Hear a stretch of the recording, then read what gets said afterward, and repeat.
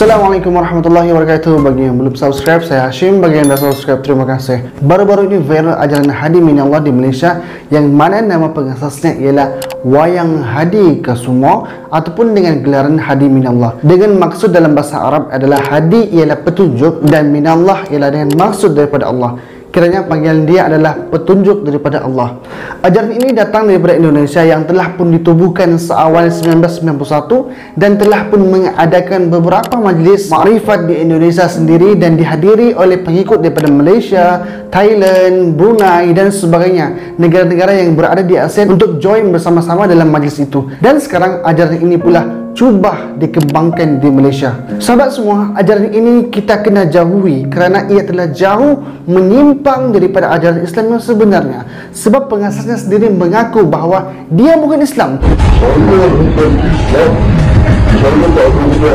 Dan dia mengatakan bahawa dia tidak beragama. Maka orang Islam yang beragama Islam tidak ada keperluan untuk belajar ilmu agama ataupun ajaran agama Islam kepada orang yang mengaku bukan Islam. Lebih-lebih lagi ayat dan ucapan yang berbelit-belit untuk memanipulasi dan mengelirukan umat Islam dengan mengatakan bahawa itu adalah ilmu makrifat, itu adalah ilmu yang tinggi, itu hanya difahami oleh orang yang punya hakikat. Sahabat semua, dia mengatakan bahawa siapa menyembah Allah maka dia syirik, siapa yang tidak menyembah maka dia kafir.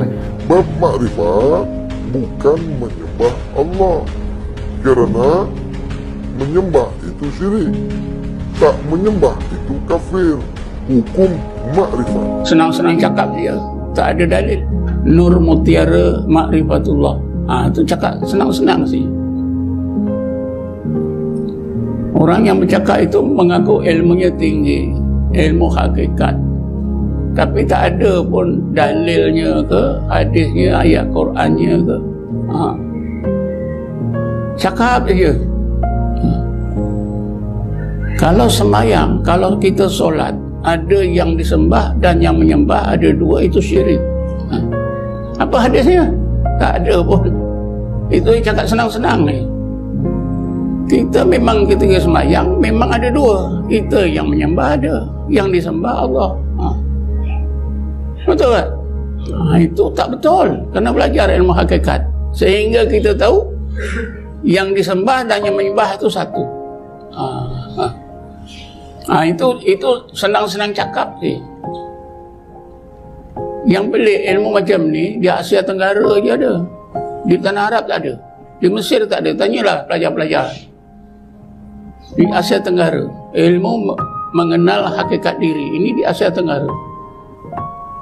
Kalau mereka tengok kita ni memang kotor, sekotor-kotornya.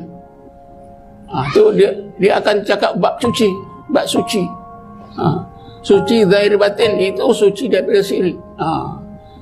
Jadi kalau kita solat ada Allah yang kita sembah, ada kita, itu syirik.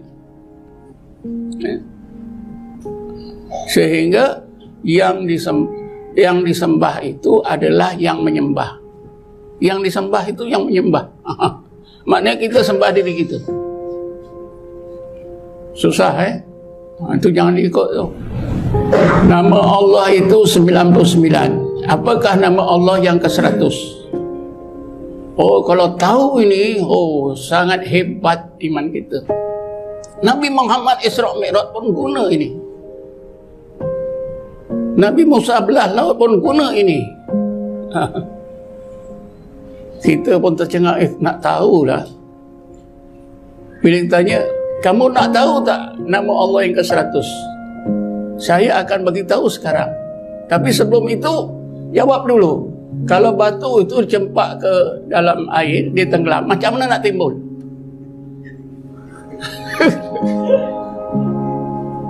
Tak boleh jawab, semua hadirin tak boleh jawab. Kalau tak boleh jawab, saya soal yang lebih rendah lagi. Ada je. Ini ilmu ni jangan ikutlah. Ini ilmu asal cakap je.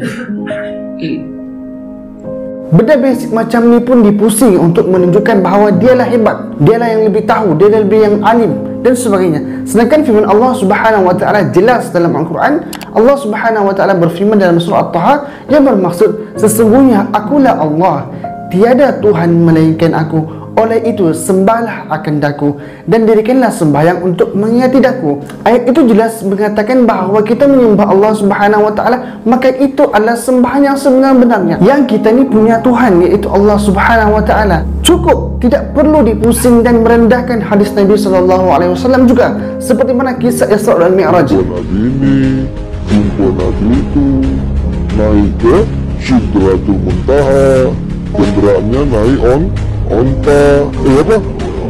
Oh, borak. Aku pun tak jumpa borak tu dalam Al-Quran. Apa borak tu? Burung unta kan? Apa? Borak. Borak ke borak? Borak ke borak? Burung? Macam-macam lah dicakap naik borak, naik borak. Ya? Tapi dalam Al-Quran ada tak cerita naik burung unta? Burung unta pula. Burung apa? Borak ada tak?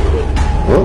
Jadi guru-guru bercerita ni dari mana? Nabi SAW itu pun dipersendahkan, mengatakan bahawa itulah burung unta dan sebagainya. Semua sedia maklum dan semua beriman dengan apa yang disampaikan oleh Nabi SAW. Jika hadimin Allah ni bukan Islam, maka janganlah berbicara mengenai agama Islam dan mengajak umat Islam untuk mengikuti akal fikir manusia yang lemah. Bukan itu sahaja, sahabat semua, kalau di Indonesia memang terkenal dengan ilmu batin, yang mana seseorang itu tidak boleh ditewaskan ataupun boleh menewaskan orang lain tanpa menyentuhnya. Dia pun buat juga, tunjukkan kepada pengikutnya. Tetapi sebenarnya itu telah pun dibongkar dan hanyalah merupakan trik ataupun lakonan semata-mata, seperti mana yang dibongkarkan oleh pesulap merah daripada Indonesia sendiri. Maka dia pun buat untuk melihatkan bahawa dia lebih gah. Sahabat semua, kita kena jauhi ajaran ini kerana kehormatan seorang muslimah tercalar, boleh pegang dan diraba oleh guru yang mengaku makrifat. Sanggupkah kita sebagai suami,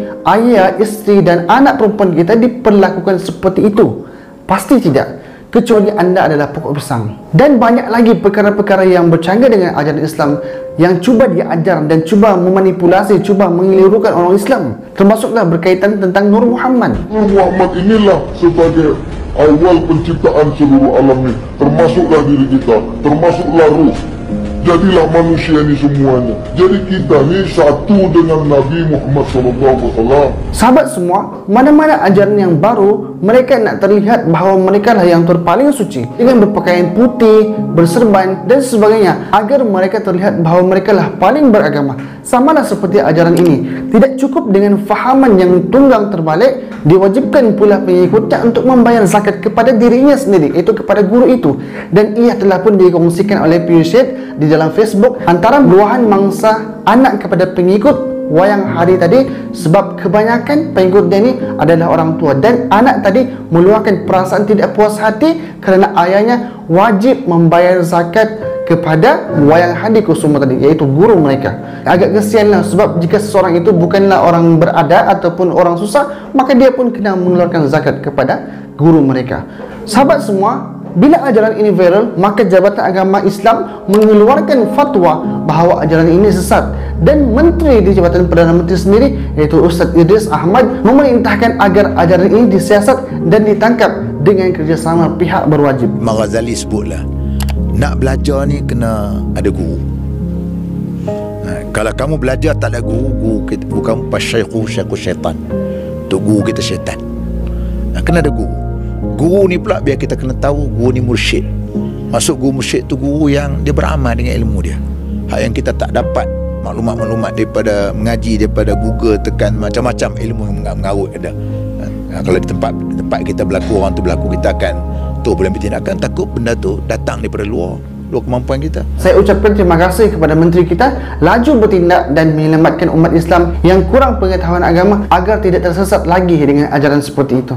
Sahabat semua, kebanyakan pengikut ajaran ini adalah daripada orang tua. Mereka sebenarnya mencari-cari guru yang boleh mereka ikuti dan boleh membimbing mereka ke jalan yang benar. Akan tetapi tersilap langkah. Mereka dibimbing oleh orang hanya punya kepentingan. Sahabat semua, sama-samalah kita berdoa kepada Allah Subhanahu wa taala. Semoga kita dibimbing dan diberi hidayah petunjuk oleh Allah Subhanahu wa taala agar kita berada dalam agama yang sebenarnya, agama Islam dengan ajaran yang dibawa oleh Nabi SAW. Dan sama-samalah kita memperbanyakkan doa dan ibadah kita agar Allah Subhanahu wa taala memberi kita husnul khatimah dalam kehidupan kita, yaitu jalan yang diridai oleh Allah Subhanahu wa taala. Jadi cukup sekedar itu sahaja. Assalamualaikum warahmatullahi wabarakatuh.